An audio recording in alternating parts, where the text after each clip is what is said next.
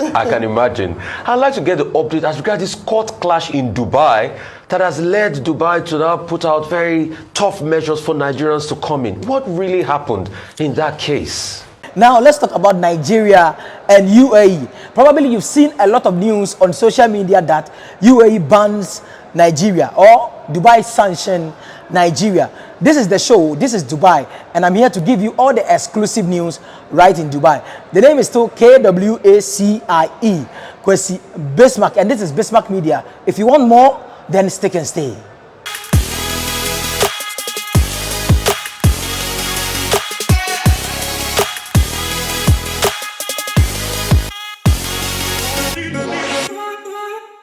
Now come closer and let me tell you why there is this whole issue between Nigeria and the UAE, or why Dubai has issued or caused a stringent visa accessibility requirement for Nigerians below 30. I mean the males below 30. Now the story. So there was this video trending on social media with a group of men with machete yelling in an apartment parking lot, chasing one another, destroying and damaging public property. Yes, of course, there was a video, but I cannot show you the video because if you are found sharing the video, you can be fined up to 27,000 whooping dollars. And of course, this money can change your life, I guess. Now, 7 men was arrested in Dubai after video showing this group of men with such an act. Therefore, a criminal case was registered against the suspect, and which they have or will be referred to the public prosecution for further actions. Now, the police warned the public to desist from all unacceptable behaviors in the UAE and urge all members of the communities to report such an act to the police eye on the Dubai police app or call 999. Because this whole brouhaha or this whole issue was about a cult or cultism, they say. Now, the chairperson for Nigerians in the diaspora, Miss Abike, forgive me if I've murdered the name, spoke about this whole issue where she mentioned that some of few Nigerians have taken bad behaviors to the extreme, which is causing more dent to the name of Nigeria. Let's listen to what she said. I can imagine. I'd like to get the update as regards this court clash in Dubai that has led Dubai to now put out very tough measures for Nigerians to come in. What really happened in that case? Yeah, I can't remember. Was it like 4 years ago when some Nigerians actually, it was all over Dubai. It was everywhere. When Nigerians went to rob a bank in Dubai, daylight robbery. And it was all over CCTV. It was played for the whole week. Everywhere you go to Dubai, you see Nigerians on CCTV robbing a bank in broad daylight.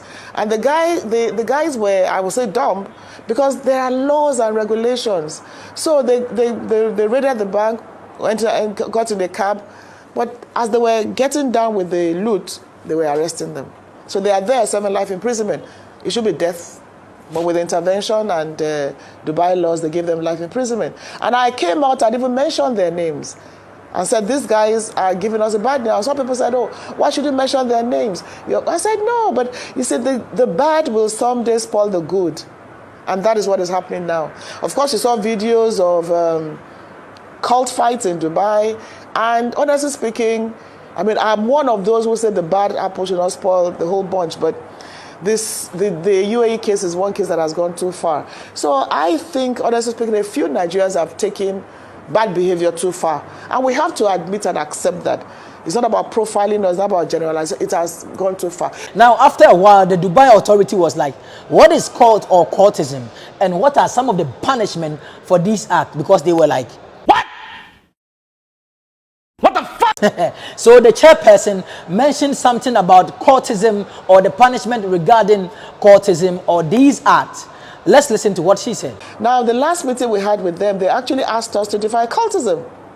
It's not in their laws. So when you say 2 rival groups are fighting, what is cultism? How do we punish cultism? It's not in our constitution. We don't know it. And she continued to mention some of the requirements as a Nigerian you have to know before traveling to the UAE, before you are bounced out. And we will talk about it. Let's listen to her. So what the Dubai authorities have done is this. They've made their visa processes more stringent. So before, now to go to, if you are below 30, no visa for you, male. below 30, it's very difficult. The big so stringent that you're not likely to fulfill it. It doesn't matter who you are. Secondly, if you're going to Dubai now, you have to provide a 6-month bank account. You have to have your return ticket, and you must show proof of accommodation. Where are you going to stay? And if you lie about where you're going to stay, they're going to know. So they're going to turn you back. And I want to use the opportunity to warn Nigerians that if you do all those things and you get to the airport, they will turn you back and they say, oh, save me, it will be difficult.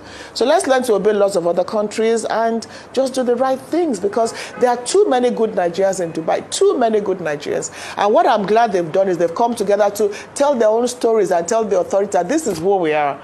Don't judge us by these people. We're only here, we're working diligently, we're spending our money, and we're contributing to your economy. So I hope that works. We keep sensitizing and raising the awareness, but it's a bad case. So now these are the requirements as a Nigerian you have to know before you travel to the UAE.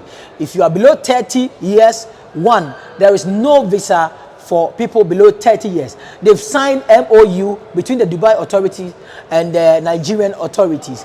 But maybe in the future, everything will be back to normal. But for now, there is no visa for people below 30 years. And the Minister of State Foreign Affairs was in Dubai a few days ago. There's been another round of talks of the Binational Commission. Some MOUs have been signed. So there will be continued engagement on the bilateral level. But most importantly, the ball actually is in the court of Nigerians who are going to live and work in Dubai to stop just giving us a bad name. Two, you have to show proof of your 6-month bank statement. You understand?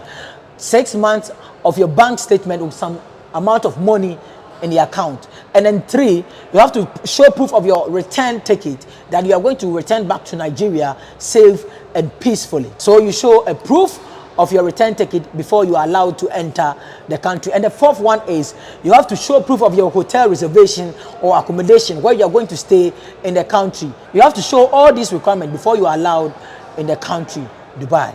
So guys, please, these are some of the things you have to know as a Nigerian before traveling to the UAE. Now, let me use this opportunity to talk to our African brothers and sisters in the diaspora. We are all outside to make a living or to make a life, to take care of our family, ourselves, and our future. So everything you do now, it will go a long way to affect, if not now, it will affect you in the next generation or the next people to come after you. Maybe there are some good people, so the few ones of you, please be mindful of everything you do in somebody's land, somebody's beautiful country. It's not our country. We are here to make a life for ourselves. Please, and please again. The name is still KWACIE, and this is Dubai. This is the show. This is Dubai. Subscribe to our YouTube channel. If this is the first time watching us, if you are watching us on Facebook, follow us for all the entertainment news right here and all exclusive news in Dubai. Bye-bye. Please subscribe, like, and share.